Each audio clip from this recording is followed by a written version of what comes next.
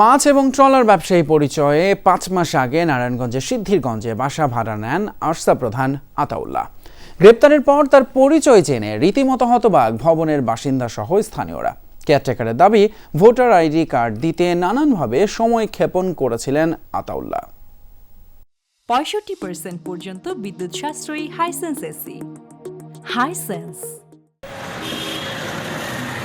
সিদ্ধিরগঞ্জের ভূমিপল্লী আবাসিক এলাকার ৬ নম্বর রোডের ১০তলা ভবন, পরিচিত সমিতি ভবন নামে। এই বাড়ির ৮ তলার একটি ফ্ল্যাটে কয়েক মাস ধরেই বসবাস করছিলেন আরসা প্রধান আতাউল্লাহ আবু আম্মার ওরফে জুনুনি।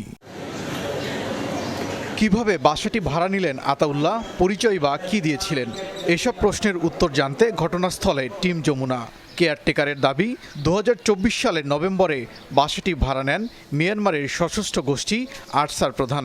পরিচয় দেন মাছ ও ট্রলার ব্যবসায়ী।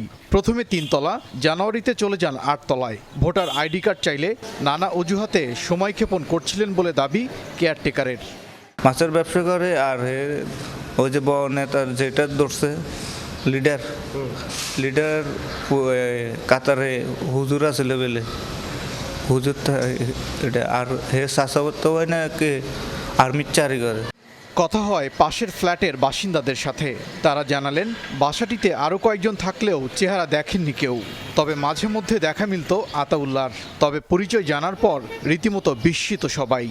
ভয় লাগতেছে যে এরকম একটা মানুষ পাশে থাকছে, অথচ কেউ জানে না, শুনে না, আমরা পাশে রয়েছি। আমরা কখনো দেখতাম না যে এই রুমটাতে কখনো ওপেন থাকতো।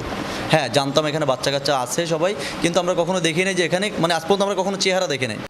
অবাক হয়েছেন আবাসিক এলাকার বাসিন্দারাও। তারা জানালেন, এলাকার মসজিদে নামাজ পড়তে আসতেন আরসা প্রধান। তবে কেউ টের পাননি এত বড় দুর্ধর্ষ সন্ত্রাসী তিনি। সাধারণ মুসল্লির মতন যদি আইসে নামাজ পড়ে, সবাই তো মনে করে ভালো মানুষ, সবার সাথে সবাই মিশে। আসলে আমরা ভাবদারি নাই যে এরা এইরকম কাছে এখানে করে না করে, তো আমরা জানি না। আমাদের তো আতঙ্ক লাগতেছে শূন্য। স্থানীয় বেশ কয়েকজনের মালিকানাধীন ভবনটি। ৮ তলার ওই ফ্ল্যাটের মালিক ইতালি প্রবাসী হালিম। দেখভাল করতেন তার বন্ধু খোরশেদ। যোগাযোগ করেও পাওয়া যায়নি তাকে। গত ১৭ মার্চ আরসা প্রধানসহ ৬ জনকে সেখান থেকে গ্রেফতার করে র্যাব। ওবায়দুর রহমান, যমুনা নিউজ।